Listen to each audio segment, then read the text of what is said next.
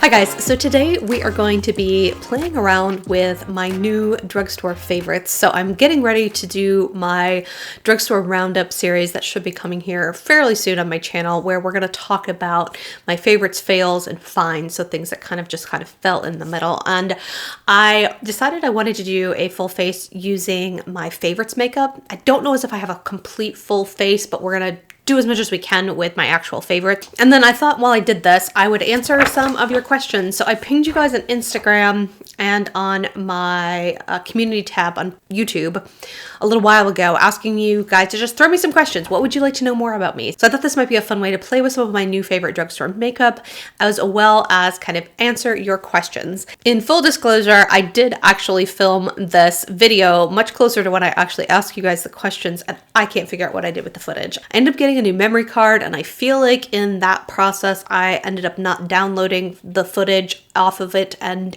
wiping it. I have no idea. It's gone. Doesn't matter. We're going to get into all of your questions and then play around with some awesome new drugstore makeup today. So I want to spend the bulk of the time focused on your questions and not so much all the details of all the things that's going on my face. So I think I'm going to show you the products I'm going to put on first, and then we'll dive into questions. Let's talk about face products first. I'm going to use these two products. So this is the NYX High Glass Face Primer in the shade Moonbeam. Nicely glowy, nicely hydrating, gives a really pretty glass skin effect.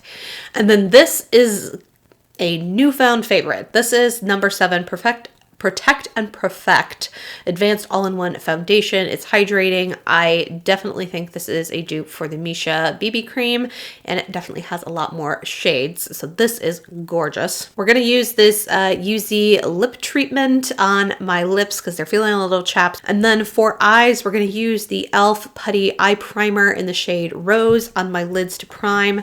And then we're going to play around with this BH Cosmetics Smitten and Switzerland palette that I am just like completely in love with. I'm not entirely sure what direction I'm going to go today. I am also going to use this UZ eye opening liner in the shade Gray. If you saw my what I bought in the month of March video, you saw me talk about this brand and how impressed I was with this sort of gray liquid liner. So I wanted to show you this in action as well. I think I'm going to put these products on and then come back and tell you about the rest of the face and lip products, because I'm not entirely sure what direction I'm going to go with like blush and lip. So yeah, we will start there. So first question was, can you introduce us to your pets? Well, besides Mo.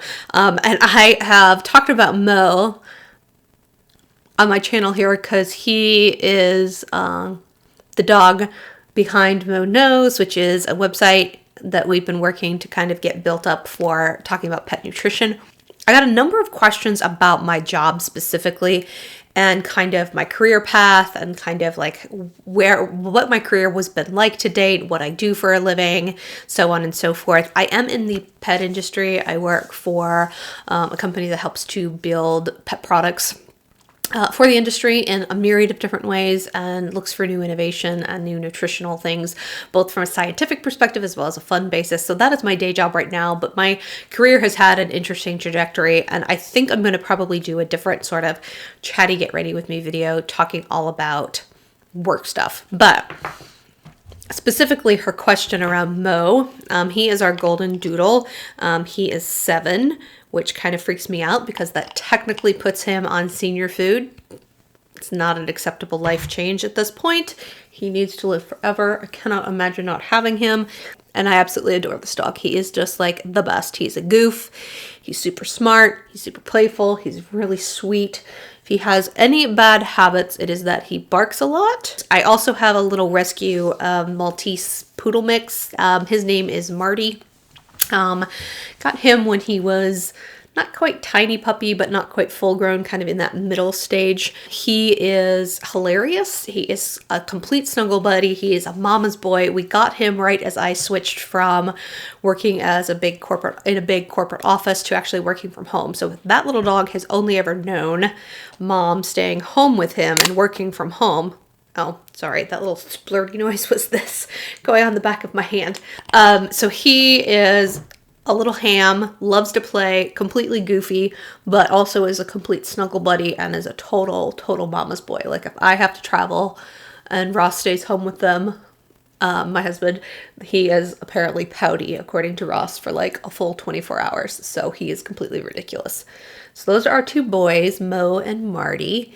And then we have a cat named Finn, who I actually got when I was, I don't know, in my mid-20s, I guess. I need to go back and think. I think it was like 2005 maybe. She was a tiny kitten that my neighbor, I was living in an apartment by myself at that point, and my neighbor found this kitten outside.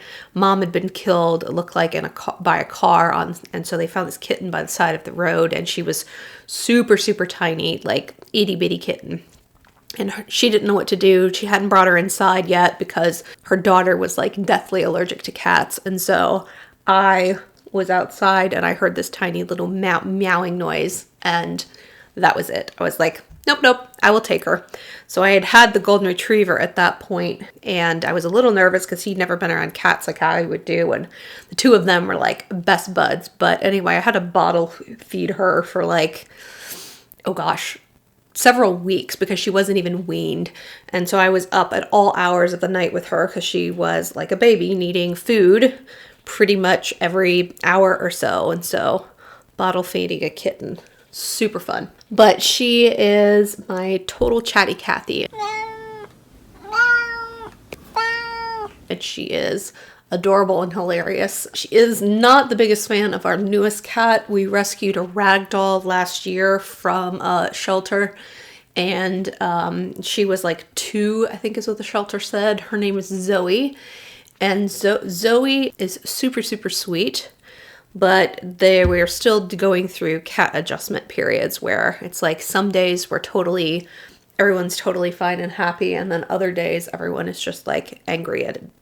Both cats are just like angry at each other. So we're still kind of adjusting as a family to that cat. And so we have 2 cats, 2 dogs. My husband has cut me off. He says there are only 2 of us living in this house, and so we have to be able to pet all of them. And so there are only 4 hounds, so we are maxed out at 4 animals. And I get it. I'm a bit of a bleeding heart. I would probably adopt more if I could, but I have to draw a line somewhere, and 4 is probably the right number for us anyway. I did forget to mention, I'm going to be using the e.l.f. Flawless Concealer. This came out last fall. I know they just released a hydrating camo concealer. I'm going to talk about that more in my drugstore roundup, but I'm finding that more of a natural finish. I don't actually find it that hydrating. If you are looking for an affordable, truly hydrating concealer, I'm going to point you to the e.l.f. Flawless Concealer, and this is in the shade Light Peach. Somebody asked, how did I first get into makeup, and what was the first high-end or luxury item of makeup that you ever purchased? I think I've been into makeup since I was a little kid. My mom has always liked makeup. I have very early memories of my mom doing Avon sales for a while and having these like little miniature lipsticks up in a cabinet in our kitchen. And those little miniature lipsticks, my sister and I always wanted to get our hands on and play with those. And so every once in a while, Mom would slip us a little mini lipstick to go play with. And so I think that kind of has always, I don't know, that sticks with me in terms of like playing with makeup is fun. As someone who's always been, I don't know, I think creative, like I think visually, makeup has just been one of those things that I've always felt like is this outlet for creativity. It's like every day I start with a completely blank canvas. It's like staring at a blank painter's canvas, and you can do anything you want on it, any particular colors. But unlike that canvas that can't get reused, your face gets reused. And so every day you can change up your makeup. So I remember being super into Revlon makeup in high school and thinking they were just like the best brand in terms of drugstore. And I think they had a whole bunch of ads with like Cindy Crawford and Shania Twain. This would have been like in the late 90s. And I loved all of those makeup looks. And every time I saw those in magazines, I was always like super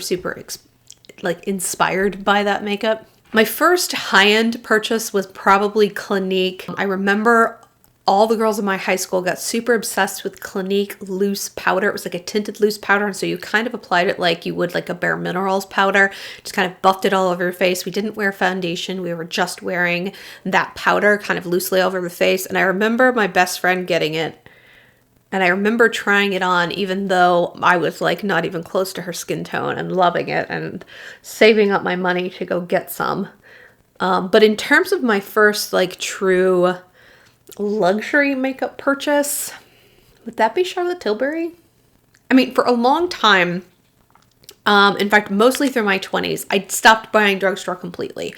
I was wearing mostly Bare Minerals on my face. I was wearing all the Urban Decay Naked palettes on my eyes, lots of MAC products.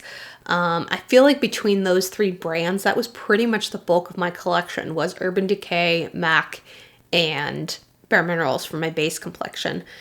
And so I didn't shop drugstore in my 20s or early 30s, like at all. Like I loved makeup. I changed up my makeup look like every single day, but I never went back and like dove into drugstore. I just had a smaller, more condensed makeup collection, but I still changed my look and my style every single day. So I feel like makeup's always been like this, like makeup playtime, super fun thing for me my whole life. I think my first luxury makeup purchase wasn't until probably my 30s.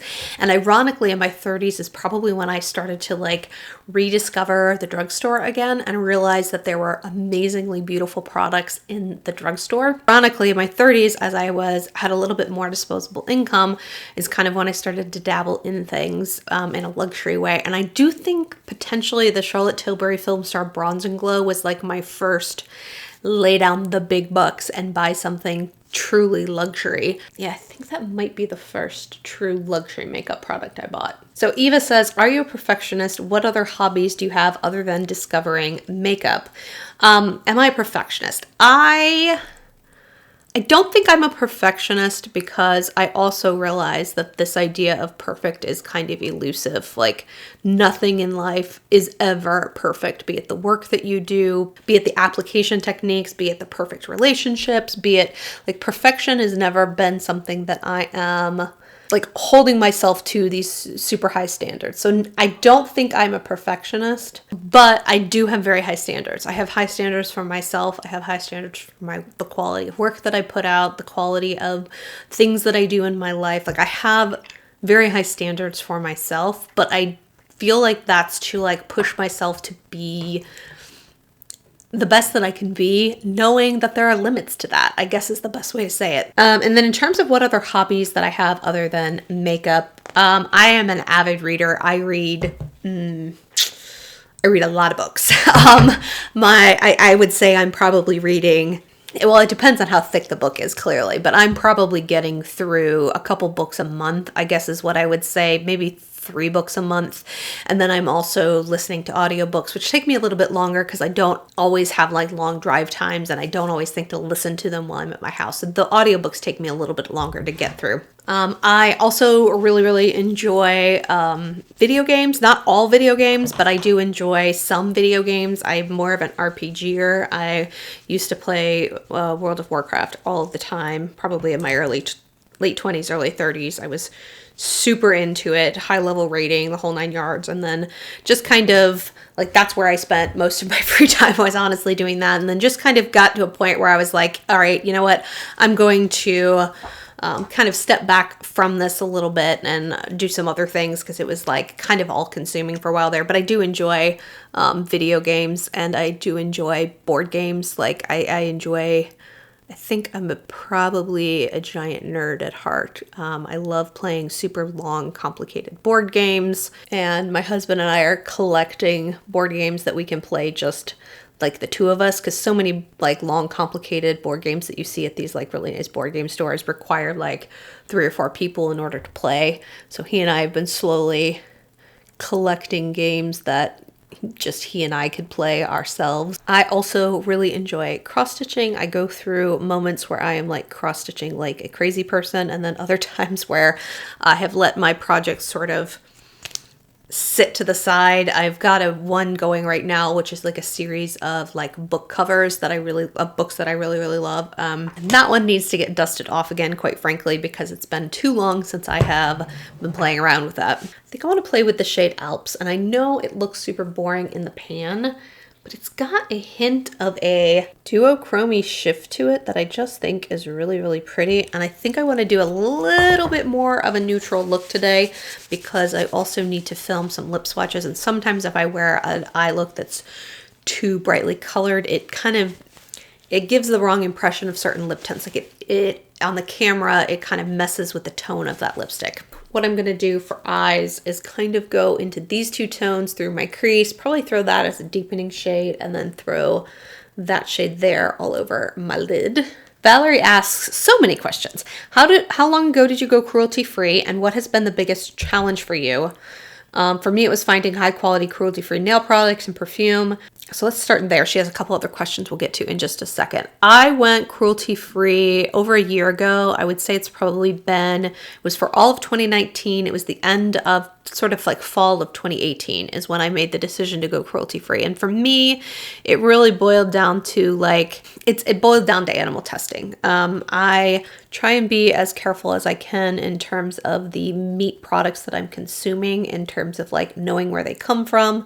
I am not a vegetarian or a vegan. I get asked that question somewhat frequently whenever I talk about being cruelty-free, because I think people assume if you're going cruelty-free, you are also vegan or vegetarian. I'm not either of those things.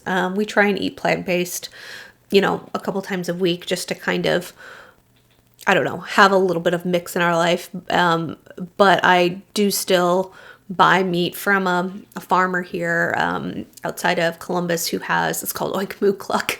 And so you can guess the kind of animals that he raises. But they're all very humanely raised, well treated, good environment. So that is where I get my meat from. But I am not a vegetarian or a vegan. My biggest challenge has honestly been more, in that first year, was more of the skincare range than it was necessarily the makeup. I felt like I had lots of makeup options, and although I had some favorite makeup products that I was no longer going to be able to use, like my Maybelline Instant Age Rewind, concealer, I'd gone through many tubes of that. Oh, Maybelline eye tattoos, still kind of sad that those are not cruelty-free. I feel like those are amazing products that I would love to have a better drugstore dupe for, but I was able to find makeup fairly easily. It was really the disruption to my skincare routine, because I'm not somebody who changes my skincare up a ton. I keep my routine and have kept my routine fairly similar for a while now. I will link a video down below if you guys are curious more about what my skincare routine is, what products I use now that are cruelty-free. But that was tough because there were products that I had used for years, like the Belief Aqua Bomb and the Bioderma Micellar Water, that all of a sudden I had to find a replacement for. And so that was probably my biggest challenge that year, was really honing in on those products and trying to find replacements for them. Once I got through that, I feel like that's been the biggest thing. I mean, I still get sad whenever I see brands like Physicians Formula and Wet n Wild make the decision to start selling in China. But then I get really excited when I see brands like CoverGirl going in the opposite direction and pulling out of China and actually going so far as to get Leaping Bunny certified. So for me, it's more about not wanting to contribute to any form of animal testing. I don't think that at this point we should be putting lab animals in cages and testing high concentrations of cosmetics all over them in order for us to feel like it's safe enough to go on our face. There are far superior ways we can handle these things. I really struggled with it, and as somebody who works at the pet industry, is a massive animal lover, I just felt like there was a disconnect whenever I was talking about this new NARS foundation or this Maybelline product and knowing what they were doing behind the scenes and how I then also felt about animals and animal treatment. So that was tough for me, and that was ultimately what kind of pushed me over the edge to make this decision.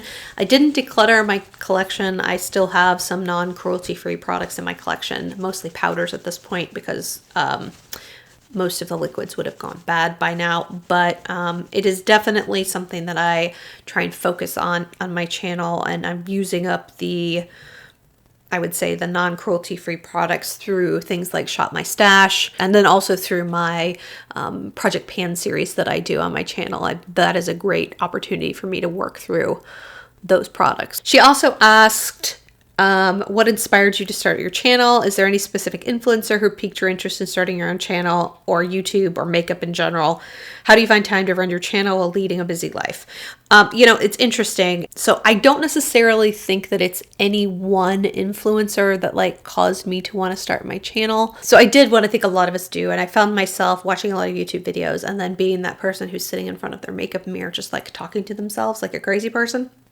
And so after doing that for a while and realizing that I felt like I had something to say, I felt like I wasn't seeing myself as much on YouTube as I wanted. I'm in my late 30s. I will actually be 40 this year. And I just felt like I wasn't finding enough of people who my age who loved makeup, like playing with makeup, weren't saying that you had to just stop wearing makeup in your 40s, like a lot of these like magazines make it seem like you're supposed to be doing.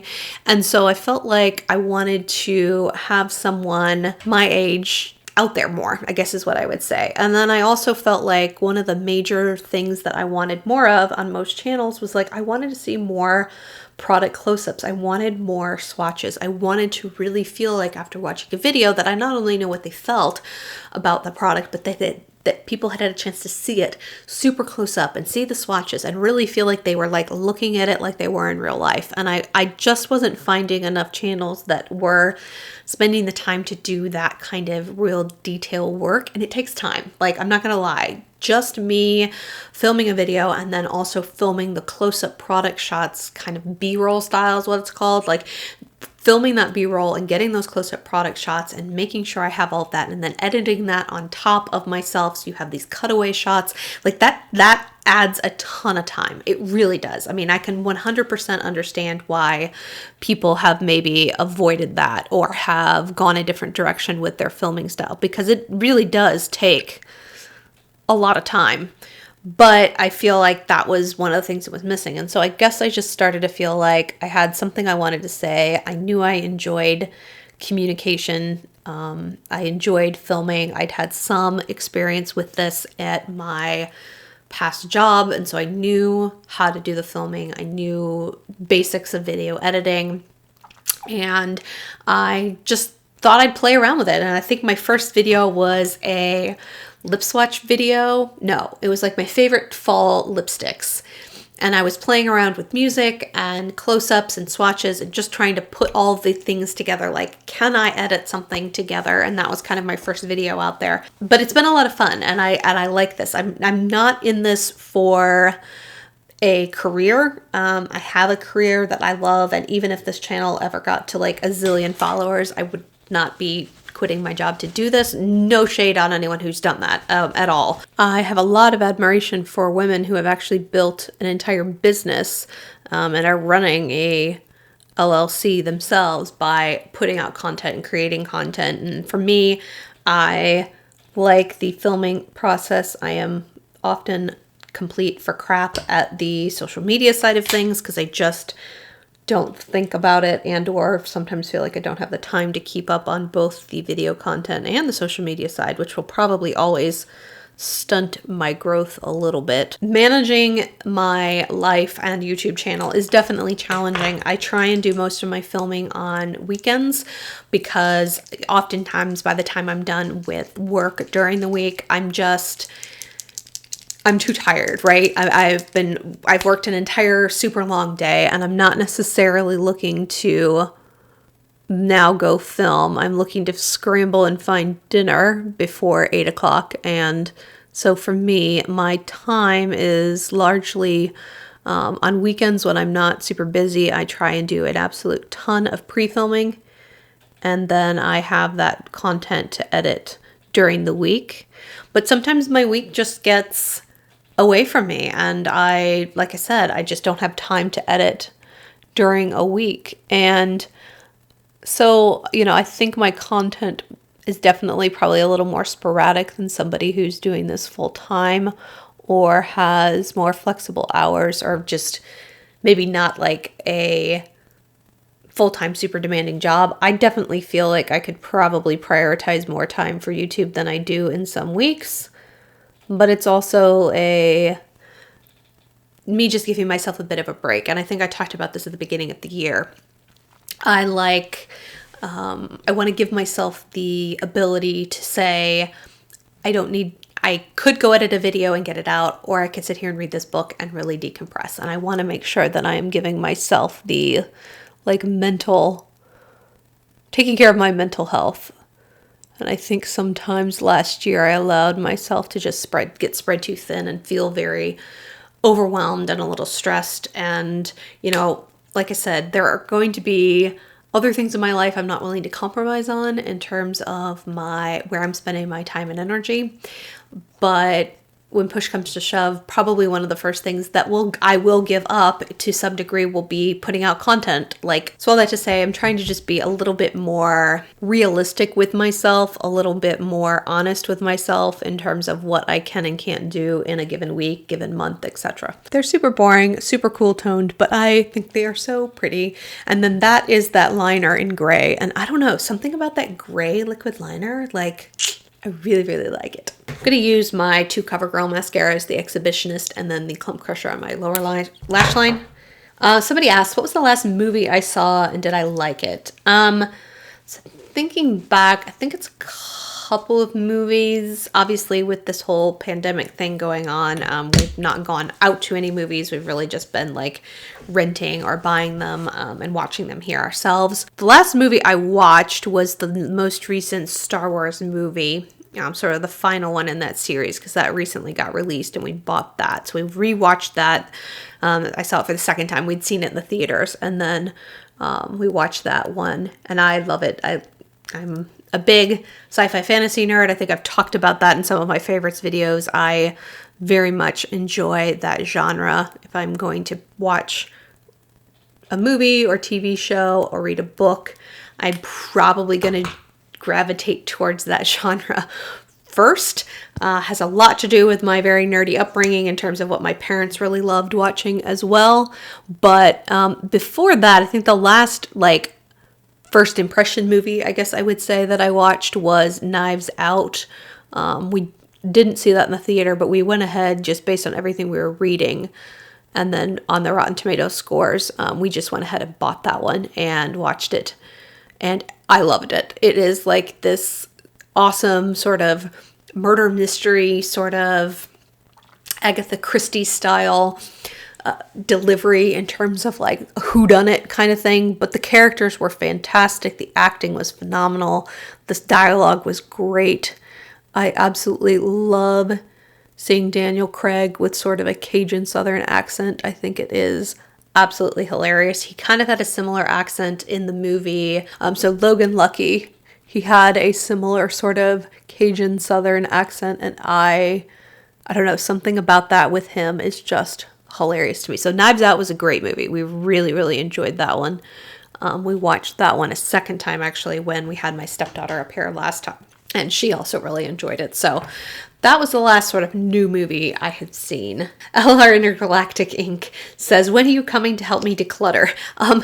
It's funny, I would totally, with all that extra time I don't have, if I had extra time, I would totally love to help people organize and declutter and just figure out makeup storage options. And I think in a future life, I would love to be one of those container store experts that they send into your house and they evaluate everything you have and then help you declutter and then build an organization system to put everything together perfectly in a pantry or in a closet. And that appeals to me on so many levels. I go through these moments where I'm ooh, organization, and I organize and pull everything out and resort and declutter. So this whole declutter series is definitely something I love doing myself. I'm going to set my under eyes. I'm going to use a little bit of this e.l.f. This is not a new powder. It's their Beautifully Bare finishing powder. I'm just going to use this to set just a tiny bit under my eyes,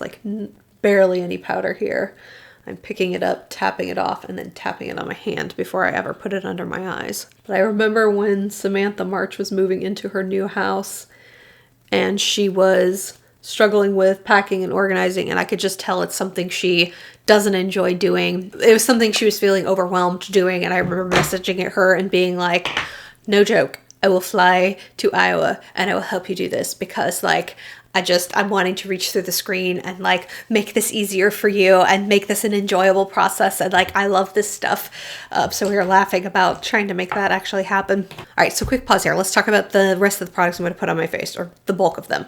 I'm going to go ahead and set the rest of my face with my Koki powder. This is the Tuscan Sunshine Perfecting Powder. This one is very, very light. I'm going to be able to get rid of the teeny tiny bit of tackiness that's left on my skin without making it look super heavy or makeup-y. For blush, I actually think I'm going to mix these two shades together. I've worn these both on their own several times, and I like both of them. These are the new Essence The Blush. There are the two shades. This is Befitting, which is the rosy sort of pinky mauve color. And then this shade here, which is more of a peachy brown shade, is Bespoke. I think I'm going to mix these two together. This one is more of a satin matte, and this is more of a glowy. And then for highlight, this is one that I kind of had to pull into my It's Mine category to get something. The rest of the new makeup we've put on has all been things that I've put in my like loves bucket. This one I think is fine in terms of the formula. This one's a little too dark for me in terms of just being too pink, but this shade is actually really pretty. It's not my favorite drugstore highlighter, but it's nice. So because I didn't have another highlighter, we're gonna pull that in. And then I had tried zero bronzers at all in my recent drugstore purchases, so I'm just going to pull in one of my favorites, which is the Flower Heatwave bronzer. So for lips, I'm going to use my Essence Stay 8-Hour Lip Liner. This is in the shade Tea Time. I have been loving this shade. I just think it is like one of my, it's like the perfect pinky nude, mid-toned nude. It's been great. I've been reaching for this a ton. And then let's use the Milani Ludicrous gloss on top. So I had a number of questions from Carol. She asked about my pets, asked about my current job, which I said we'll do a different video. It says, what are your favorite makeup brands? What other brands would you like to try that you haven't tried yet? What brands and products from overseas would you like to try? Those are all awesome questions. Oh, she also asked how I met my husband. Well, let's get the makeup questions out of the way, and then I may be yammering about my hubby for a while here. I would say my favorite makeup brands right now are from the drugstore are definitely probably Milani and Flower Beauty. I feel like I'm just always excited for their releases. Milani's definitely released a lot more than Flower has lately, but I, in general, just get really excited for both of those brands.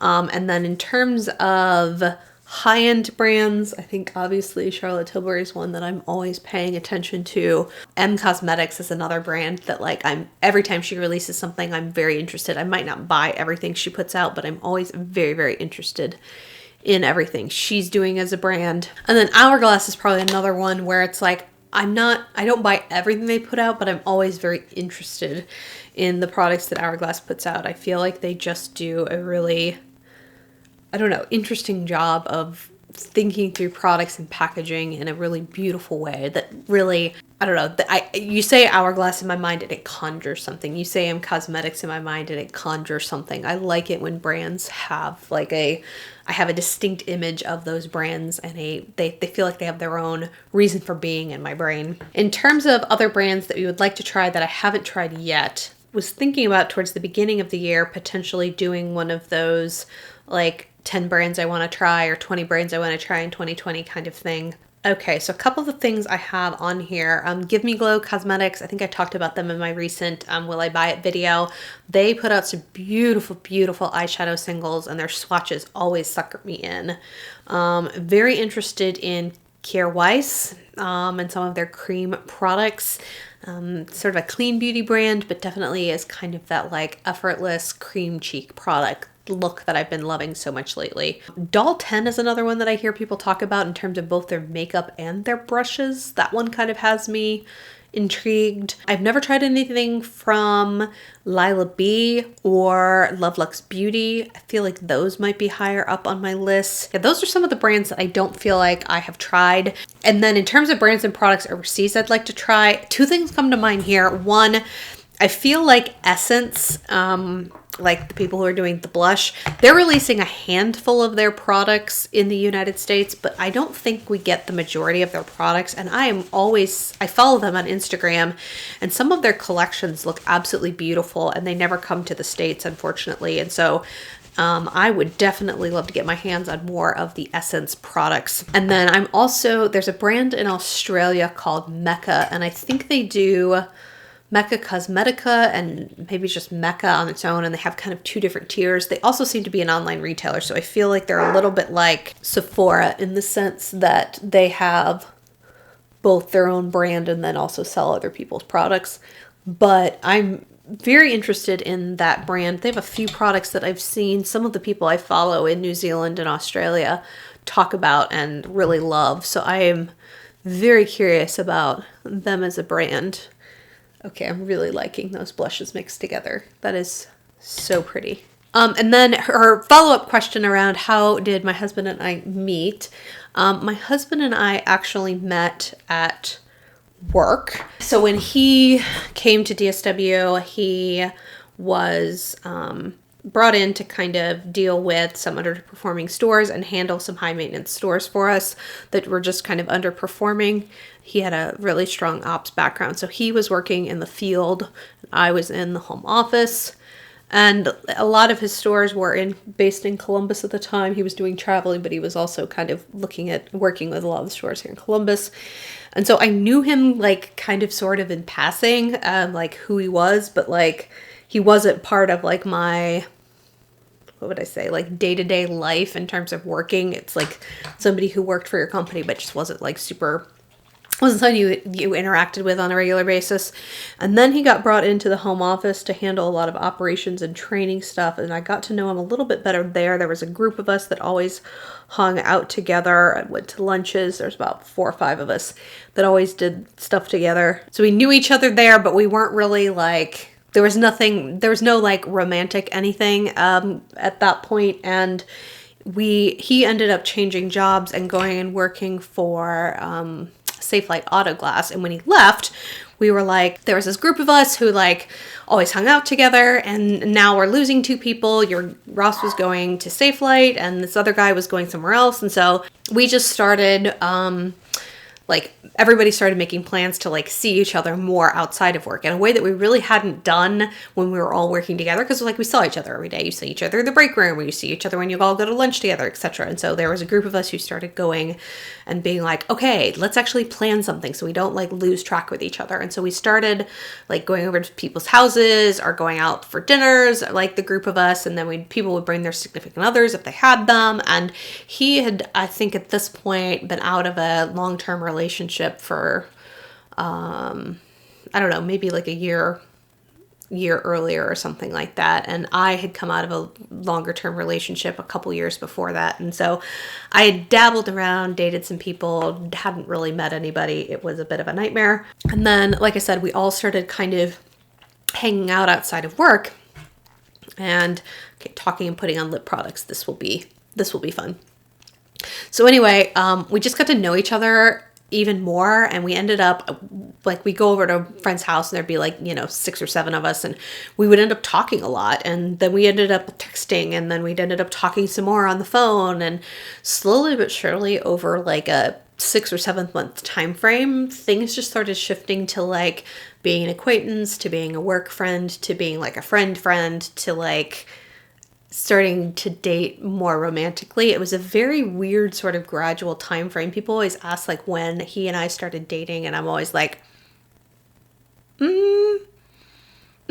somewhere in this 6-month window. So we dated for a while and then got married in 2012. So we got married on 4/12/12, makes it nice and easy to remember. Got married out in Scottsdale, Arizona at the resort that my brother-in-law works at, which is the JW Marriott Camelback Inn. It's a beautiful resort. Got married out on the lawn. The weather was perfect. The mountains were gorgeous. Like, I loved my dress. We just did a very small ceremony with just our closest friends and family, kind of destination style. Had a wonderful meal kind of prepared from the hotel in a little private room off their restaurant. Like, it was just very low key, very chill, nothing stressful, just a really great time with people who traveled in to like hang with us, and it was wonderful. Something about this color of lip liner, I'm in love with it. Just gonna feather it in a little bit so it doesn't look like it's just a line around my lips. I like leaving the center part of my lip a little open when I'm gonna put on gloss next. This Ludicrous gloss is beautiful. It is so high shine, like incredibly high shine. I'm trying to do this video and Mo is barking. Remember what I said about bad dog behavior? Mo is barking, and so I'm like, he's barking and I'm like, pause, wait. Okay, barked. Okay, now apply some more.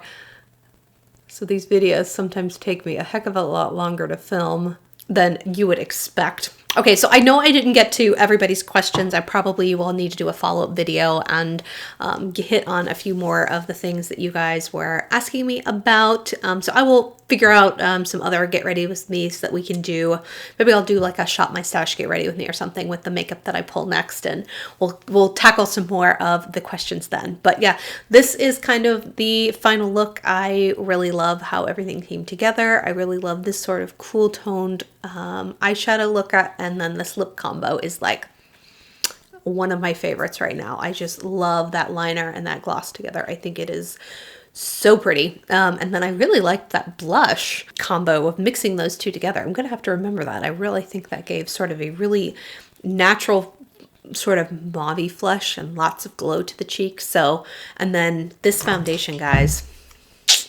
so good. I'm so happy with this foundation. So there's the finished makeup look. I hope you guys enjoyed today's video, kind of getting to know me a little bit better. I hope you guys are taking really good care of yourselves out there during this pandemic. I know it's kind of been a stressful, weird time for all of us, myself included. So I hope you guys are staying safe and you have found ways to protect your mental health as well as your physical health during this very strange time. So if you have any other questions that you want to throw my way that I can start collecting for future videos, let me know. Definitely want to film some more of these and so you guys get to know me a little bit better. So hope you guys are having an amazing day. Talk to you soon. Bye.